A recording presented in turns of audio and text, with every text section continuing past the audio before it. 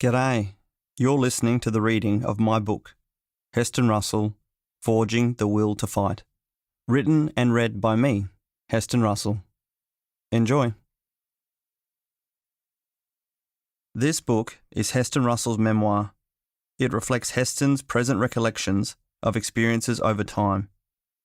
Some names and details have been changed for a variety of reasons, including to protect the identity of current or former serving Special Forces members and other operational security reasons. Some events have been compressed and some dialogue has been recreated. The views expressed are the author's and do not reflect the official policy or position of the Australian Defence Force, Department of Defence, or the Commonwealth of Australia. Nor do they reflect the official policy or position of the US Special Operations Command, US Army, Department of Defence, or the US Government. This book contains names and details surrounding the death of Australian Defence Force personnel in combat. This book also discusses suicide and mental health issues. Details of these events and topics may cause emotional distress to some readers. Aboriginal and Torres Strait Islander people should be aware that this book contains images and names of people now deceased. Thank you for the service of our veterans who have and continue to protect our lands, seas and skies so that all Australians can share in our hard-fought freedoms. Thank you also to the families and loved ones who are called upon to support the sacrifices of this service. My daily renewable contract. Don't be defined by any labels that can be applied. Just be you, and the very best that you can bring to each day. Be your own brand, responsibly and for all the right reasons, authentic and actualized as your own. Be defined by your competence and character, and never be caught resting on your laurels or claiming anything that you did not earn. Let the words you speak and the actions you take be the true and only measure of who you are. Let your name be the only label applied. Author's note. This book isn't a how-to guide, nor is it a textbook. It's my story, or at least many of the most significant parts of my life to date. Here you will read accounts and experiences that have shaped and developed every aspect of my physical, mental, and emotional health. I was trained, prepared, and supported to operate at the elite level of my Special Forces career, and all that required of me personally and professionally. However, I never fully applied all 100% of myself to this, because there was always even the smallest part of me that was holding myself back. Being fearful of my sexuality, identity, failure, or what success I might have been able to achieve. Self-doubt, my inner saboteur. Circumstances and excuses I cannot change, but I have now learned how to identify, overcome, and focus all of my efforts and energy with purpose. I experienced a constant struggle writing this book to separate my military service life from my personal life accounts, and advice from others to instead write two separate books. This has been the constant struggle of my adult life, trying to reconcile the different pieces of my identity. Finishing this book has helped me complete this process, and my hope is that it can help others who may also be faced with the same struggles. Learning leadership has become my profession and passion. I've learnt that all the theory in the world will not create or unleash your true potential.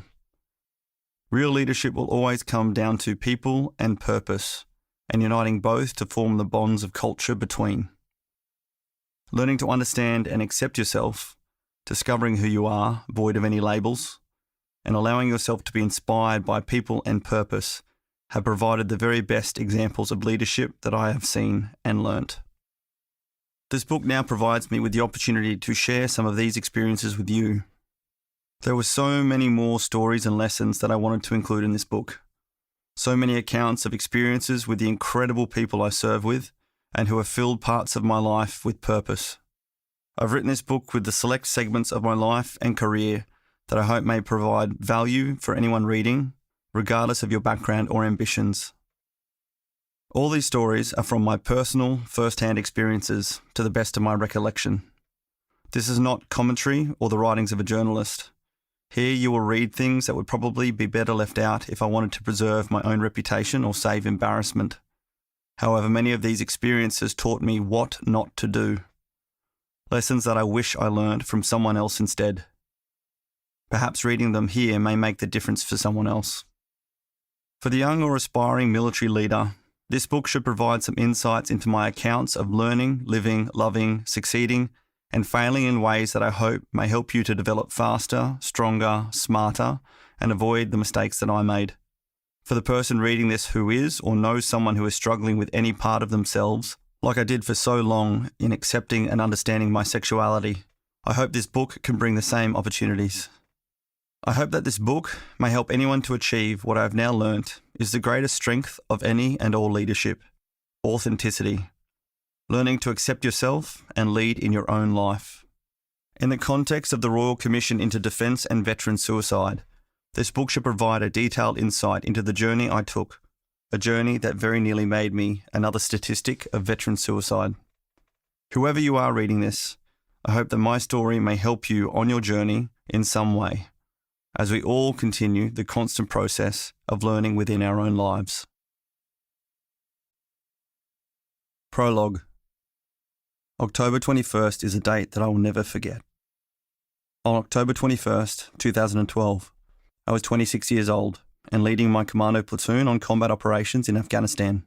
This was my third deployment within the Special Forces, but it was my first time as the November platoon commander within the Special Operations Task Group, or SOTG. It was exactly what I had dreamt of doing since I was a teenager, and by this point in our deployment, we had achieved incredible success. Over the past few months, we had completed more than 50 missions as a platoon, each one a testament to our cohesion and combat effectiveness. We had been tested in the most difficult environments, performing to the highest standards, and I felt an undeniable sense of confidence in our ability to handle whatever came our way. But the mission that day would be different. This was one of the biggest operations we had ever undertaken, a 3-day clearance of the Kajaki Fan in Helmand Province. This area was a renowned insurgent stronghold that had claimed the lives of 2 highly experienced commando warriors, Sergeant Brett Wood and Sergeant Todd Langley, both killed in action just the year before. Our mission would go down in commando folklore as the tank job. For the first time since the Battle of Bin Ba in the Vietnam War, Australian forces would deploy into combat with tanks. As a 26-year-old commando platoon commander, I was entrusted with the responsibility of being the commander of a force that included 5 United States Marine Corps M1A1 Abrams main battle tanks, along with additional assets and Afghan Special Police partner forces to form our over 100-strong November platoon group. Working alongside our sister platoon, Oscar Platoon, and the United States Drug Enforcement Administration, or DEA, we landed in helicopters during the dark early hours of October 20th and commenced our attacks against insurgent defensive positions and drug labs. The morning sun rose to reveal the destruction of our night's work, and with it came our US Marine Corps tanks that had to travel by land to meet us in location. As we watched these giant war machines roll in through the dust clouds they created, I looked around at some of the faces around me. The majority of our Afghan partner force looked on in awe, while I watched the faces of my fellow commandos become more focused, as if they were analysing the tanks to see if they matched their expectations, visualising how we would fight alongside these tanks in the combat we anticipated over the next 3 days. Personally, I was annoyed. The tanks were late, and we were now conducting this link-up in daylight, in full view of any watching insurgents, without the overmatched night fighting advantage we otherwise enjoyed. Our missions were precise, planned to the finest details. Timings, locations, troop numbers, and movements on the ground were carefully sequenced with supporting assets from the ground through to the sky and into space far above. Each mission we conducted was the result of weeks of planning, huddling over maps, screens, imagery, agency briefs, and all sorts of intelligence that made it seem almost unfair to any opponents we were to face in combat. To keep listening to this audiobook, I've left you a link in the description so you can do it, at no cost thanks to Audible's 30-day free trial.